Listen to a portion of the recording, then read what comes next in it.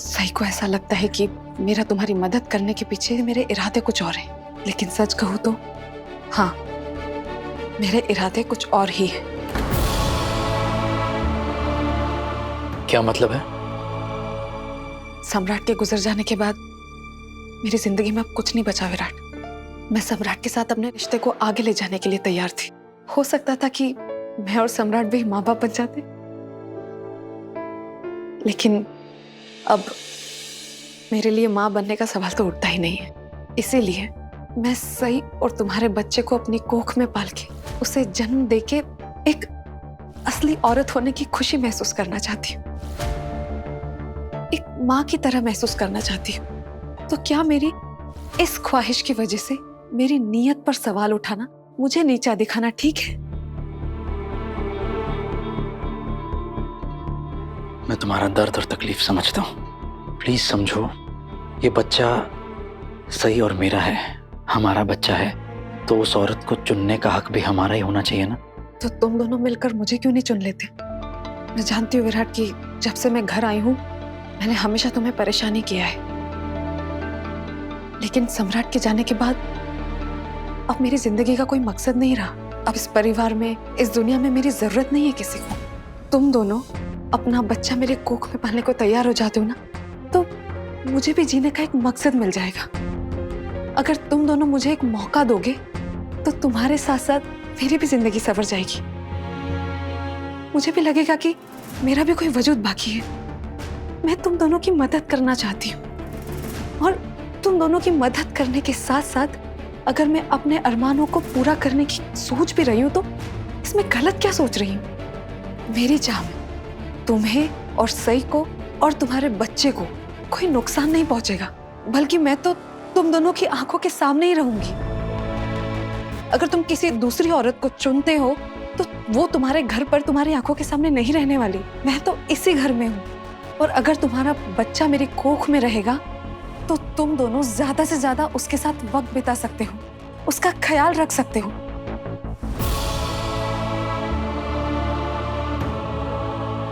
Virat please तुम ही बताओ ना विराट, क्या मैं कुछ गलत बोल रही हूँ? क्या मैं कुछ गलत बोल रही हूँ? बताओ ना।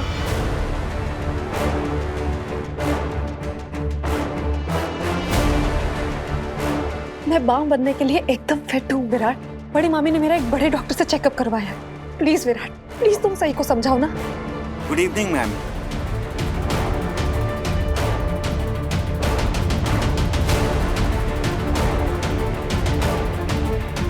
मुझे प्लीज एक मौका दे दो विराट, प्लीज प्लीज विराट।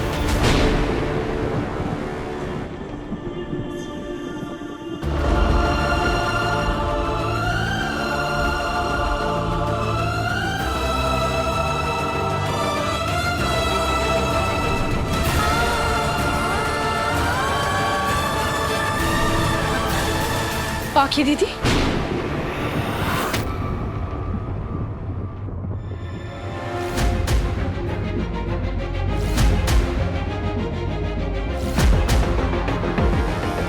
आज आपने साबित कर दिया पाखी दीदी कि इतिहास खुद को दोहराता है। आज एक बार फिर मैंने आपको मेरे पति का हाथ थामे रोते हुए पकड़ा है। ये तो तुम्हारी खासियत है सही, तुम हमेशा गलत टाइम पर गलत जगह ही आती हो। नहीं, ये मेरी नहीं आपकी खासियत है। मैं तो एकदम सही जगह पर, सही समय पर और सही इंसान के साथ हूँ। मैंने विराट को पहले ही फोन करके बता दिया था कि मैं आने वाली हूँ। उसके बावजूद वो आपको अपने कैबिन में बैठा कर आपकी बातें सुन रहे हैं। इसका मतलब उनके मन में कोई चोर नहीं है। वो मुझसे कुछ नहीं छुपाना चाहते, लेकिन आप मुझे यहाँ देख के हैरान हो गए, है ना? अच्छा चलिए, मैं अपने मन से नहीं मानती। आप ही मुझे बता दीजिए कि आप यहाँ किस काम से आए, क्या इरादा है आपका? बस सही, बस ये तुम बार बार मुझसे मेरे इरादों के बारे में पूछना बंद करो। या तो तुमने अपनी आंखों पे पट्टी बांध रखी है, या फिर तुम्हें इतनी भी अक्ल नहीं है कि तुम्हें मेरी साफ नीयत, नेक इरादे नजर ही नहीं आ रहे। नजर आ रहे हैं ना पाखी दीदी, मुझे साफ साफ नजर आ रहा है कि मेरी गैर मौजूदगी में आप मेरे पति के ऑफिस में आकर उनका हाथ पकड़कर उनसे बात कर रही थी। सही, शांत हो जाओ। पाखी ने मुझसे कहा कि वो तुम्हारे सामने मुझसे बात करने से झिझकती, इसीलिए वो यहाँ इस ऑफिस में आई अपनी तकलीफ को बांटने। और वो वही बात हमारे बच्चे को कोक देने वाली। उसकी कोई जरूरत नहीं है। क्यों? तुमने अपना मन बदल लिया है क्या? तुम अब विराट के साथ बच्चा नहीं करना चाहती? नहीं, ऐसी कोई बात नहीं है। हमारा बच्चा होगा और वो भी जल्द होगा।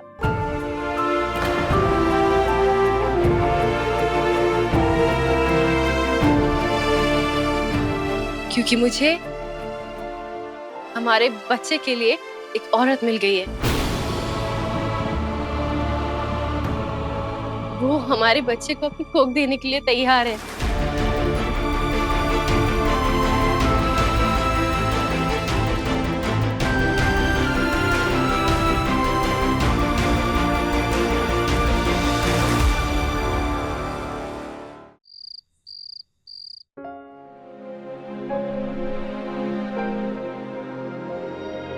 सही। इसका मतलब अब हमें हमारे बच्चे के लिए और इंतजार नहीं करना होगा। नहीं, मैंने गीता की सारी मेडिकल हिस्ट्री और सारी रिपोर्ट्स हमारी डॉक्टर अर्पिता है ना, उनको भेज दी है। बस वो मुझे कॉल करके बता ही देगी कि सब कुछ ठीक है। वैसे मुझे पक्का यकीन है कि गीता एकदम फिट होगी। हमारे बच्चे को कोक देने के लिए जो भी चीजें चाहिए होंगी, आई एम श्योर वो सब पे खरी उतरेगी। कौन है वो औरत?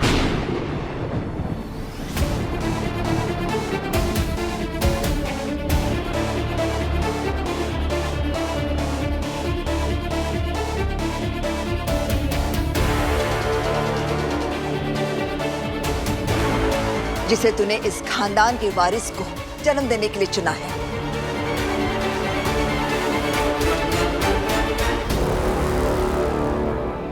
मैं तुझसे कुछ पूछ रही हूं।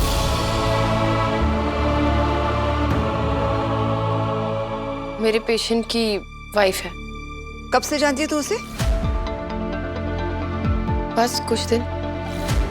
और इतने में तुझे उसका भरोसा हो गया कि वो इस खानदान के चिराग को इस दुनिया में लाने के लिए पत्रलेखा से बेहतर है? काकू, इस बात को इस दिशा में ना ले जाएं, वही बेहतर है ना। सही, एक डॉक्टर है ना, कुछ सोच समझ कर ही फैसला लिया होगा उसने। अरे जुम्मा 4 दिन नहीं हुए इससे डॉक्टर बने। और भी डॉक्टर है इस दुनिया में जो इससे ज्यादा अनुभव रखते हैं। उनकी भी राय जरूरी है। आज मैं पत्रलेखा को एक डॉक्टर के पास लेकर गई थी उसकी जांच करवाने। जांच की रिपोर्ट देखे डॉक्टर ने कहा है कि पत्रलेखा मां बन सकती है। मां बनने में इसे कोई मुश्किल नहीं आएगी।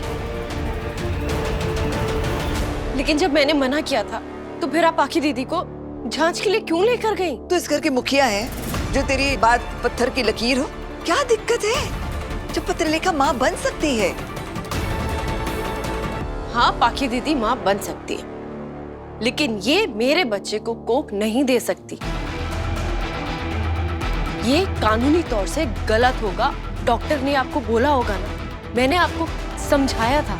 अगर एक औरत को दूसरी औरत को अपनी कोक देनी है तो उससे पहले उसका खुद का एक बच्चा होना जरूरी है काकू। और ये जरूरी नहीं भी होता तो भी मेरे बच्चे के लिए कोक चुनने का हक मुझे है। नहीं, ये सिर्फ तेरे बच्चे की बात नहीं है, ये इस खानदान के चिराग की बात है।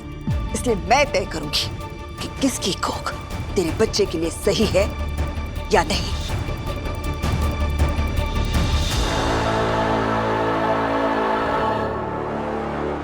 इस बार मैं आपके आगे झुकने वाली नहीं हूँ काकू।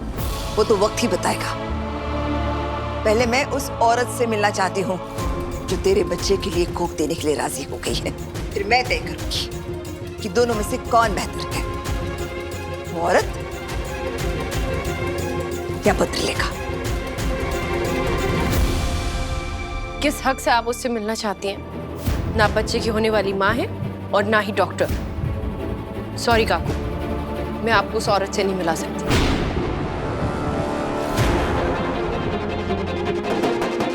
सही, तुम बड़ी मामी को ऐसे उल्टे सीधे जवाब क्यों दे रही हो? और तुम क्यों नहीं मिलाना चाहती बड़ी मामी को उस औरत से? समझती क्या है तू खुद को? क्या है तू? नहीं है क्या तू?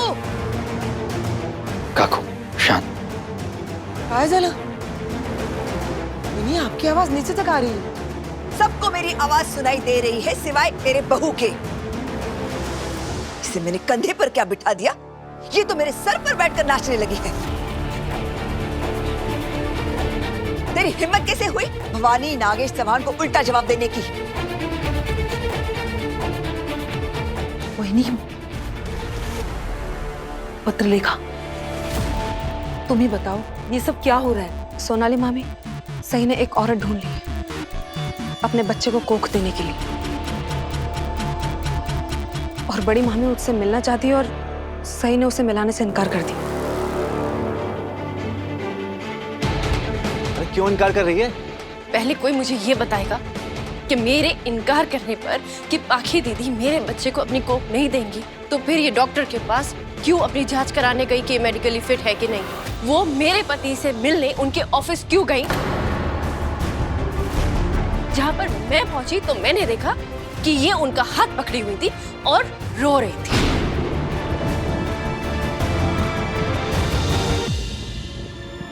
पत्रलेखा, तुम विराट से मिलने उसके ऑफिस में क्यों गई थी? निनाद मामा, क्योंकि मुझे विराट से बात करनी थी अकेले में, अरे सही के सामने नहीं। क्योंकि मैं बस विराट से ये पूछना चाहती थी कि मुझ में ऐसी क्या कमी है जो सही मेरा ये प्रस्ताव स्वीकार नहीं करना चाहती। पत्रलेखा, कमी तुझ में नहीं है, कमी इसमें है, और इसी कमी की वजह से आज इस परिवार का हर सदस्य एक दूसरे के खिलाफ खड़ा है।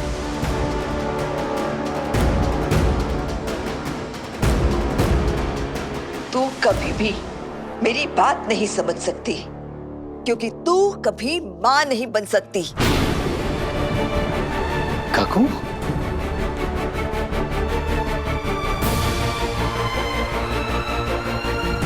और ऐसी औरतों को, उन औरतों का मान सम्मान रखना चाहिए जो इन्हें ये ममता का स्वाद चखाती है इनके लिए बच्चा पैदा करके। लेकिन ये सही इतनी नाशुक्री है कि पत्रलेखा के पीछे ही पड़ी रहती है।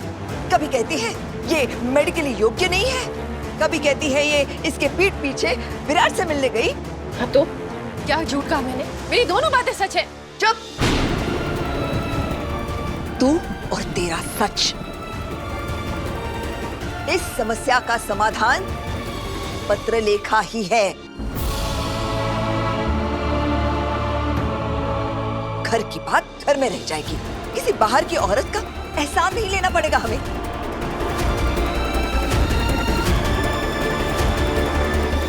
लेकिन बहनी, डॉक्टर ने कहा है ना कि पत्रलेखा अपनी कोख में बच्चा नहीं पाल सकती, क्योंकि वो इससे पहले कभी माँ मदर आई नहीं बनी है। अरे किसी एक डॉक्टर ने कुछ कह दिया तो वो क्या पत्थर की लकीर बन गया?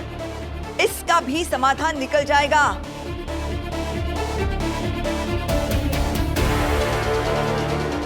पत्रलेखा निस्वार्थ होकर इस परिवार की मदद करना चाहती है।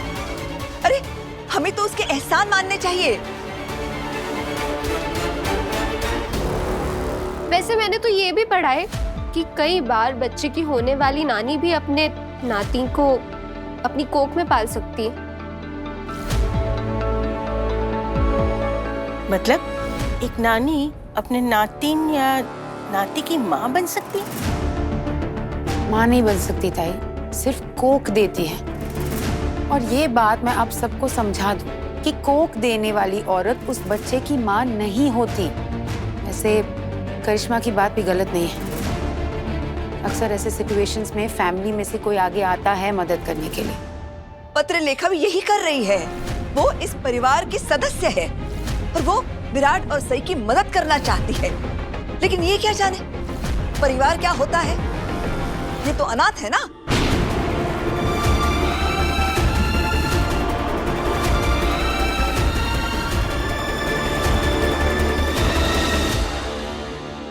कहाँ की बात को आप कहाँ ले जा रही हैं काकू? सही की अपनी एक सोच है, उसने हमारे होने वाले बच्चे के लिए कुछ फैसले लिए हैं। इस सब में इसके अनाथ होने वाली बात लाने की क्या जरूरत थी आपको? हम सब इसका परिवार है ना बहनी, तो फिर सही अनाथ कैसे हुई बताइए? तो पत्रलेखा भी तो इस परिवार का हिस्सा ही है ना, तो फिर सही उसकी मदद हेल्प सहायता क्यों नहीं करना चाहती? क्यों नहीं चाहती कि पत्रलेखा की कोख में वो अपना बच्चा रखे? कैसे आप? आपको किसी के जज्बात से कोई फर्क नहीं पड़ता? जिस बच्चे का आप इतनी बेसब्री से इंतजार कर रही हैं, उस बच्चे की माँ क्या महसूस करती है, आपको उससे कोई फर्क नहीं पड़ता काकू? नहीं, मैं सिर्फ इतना जानती हूँ कि मुझे मेरे खानदान का वारिस चाहिए। ये मैं कब से बोलते आ रही हूँ। ऐसा तो नहीं है ना कि ये मांग मैंने हाल फिलहाल में ही तेरे सामने रखी है। और अब जब बच्चा आने का समय हो गया है तो मैं तय करूंगी ना कि बच्चे के लिए क्या सही है और क्या नहीं। लेकिन उस बच्चे की माँ मैं हूँ और मुझे पूरा हक है ये तय करने का कि उस बच्चे को इस दुनिया में कौन लाएगा, कौन नहीं। मैंने पहले भी कहा है और अब दोबारा कह रही हूँ, मेरा बच्चा पाखी दीदी की कोख में नहीं पलेगा।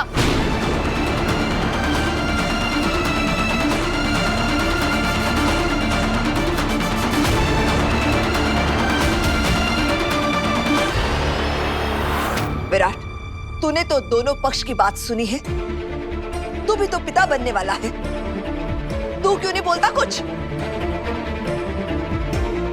विराट, वैसे देखा जाए तो पत्रलेखा जो भी कर रही है वो ऐसा गलत भी नहीं है।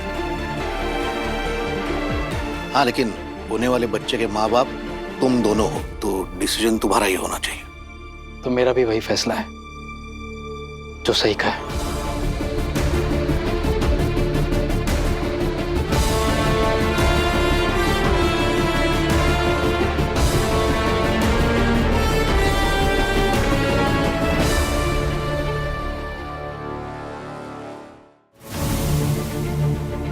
काकू, प्लीज मेरी बात सुनिए। मैं आपको इस तरह से नहीं देख सकता हूँ। काकू, एक सही तो... मैं जानती हूँ, मैं अक्सर कई बातों को लेकर जिद्दी हो जाती हूँ और कोई मेरी बात नहीं मानता है तो मुझे गुस्सा आता है। लेकिन इस बार मुझे गुस्सा नहीं आ रहा है, मुझे दुख हो रहा है।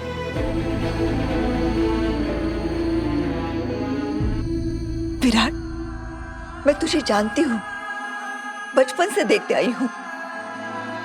अपनी गोद में खिलाकर तुझे बड़ा किया है मैंने, और मुझे पता है कि तू भी इस बात को मानता है कि पत्रलेखा की कोख ही तेरे बच्चे के लिए सबसे सही है। कब काकू? फिर भी तू मना कर रहा है, सिर्फ और सिर्फ अपनी पत्नी की वजह से। विराट, तूने फिर एक बार अपनी पत्नी के फैसले को इस परिवार के फैसले से ऊपर रखा है, और इसी बात का मुझे सबसे ज्यादा अफसोस होता है। ये समझते हुए भी कि मैं और पत्रलेखा सही है, तो फिर भी एक ऐसी अनजान औरत को चुन रहा है जिसके बारे में तो कुछ जानता भी नहीं है। वो कौन है, क्या करती है, किस परिवार से है, वो तेरे बच्चे का ख्याल ठीक से रख पाएगी या नहीं, कुछ नहीं जानता है तू इसके बारे में। ऐसी अनजान औरत पर अपने परिवार के सदस्य से ज्यादा भरोसा कर रहा है। तुम लोग उस पर शक कर रहे हो जो अपने परिवार की खुशी के लिए इतना बड़ा बलिदान देने के लिए तैयार है। मैं आपकी सारी बात समझता हूँ काकू, लेकिन काकू आपको भी तो समझना होगा ना। काकू, सही ने अपना बच्चा खोया है, और जब भी हमारा बच्चा होगा, जैसे भी होगा, वो आखिर होगा तो सही का ही ना। तो कोख चुनने का हक भी तो उसी का हुआ है ना। हम उससे ये हक नहीं छीन सकते हैं।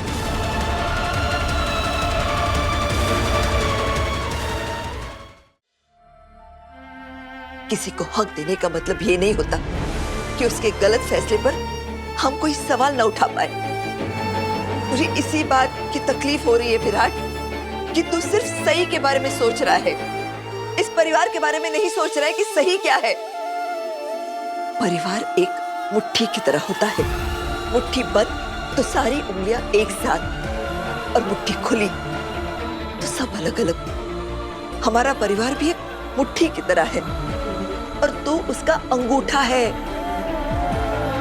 हमेशा अलग थलग जाकर खड़ा हो जाता है अपनी पत्नी के साथ, बिना ये सोचे कि तेरे परिवार को कितनी चोट पहुंचेगी। काकू प्लीज जा, तुझे समझाने का कोई मतलब नहीं है। तू करेगा तो वही जो तेरी बीवी चाहेगी। जा, कर ले जो करना है।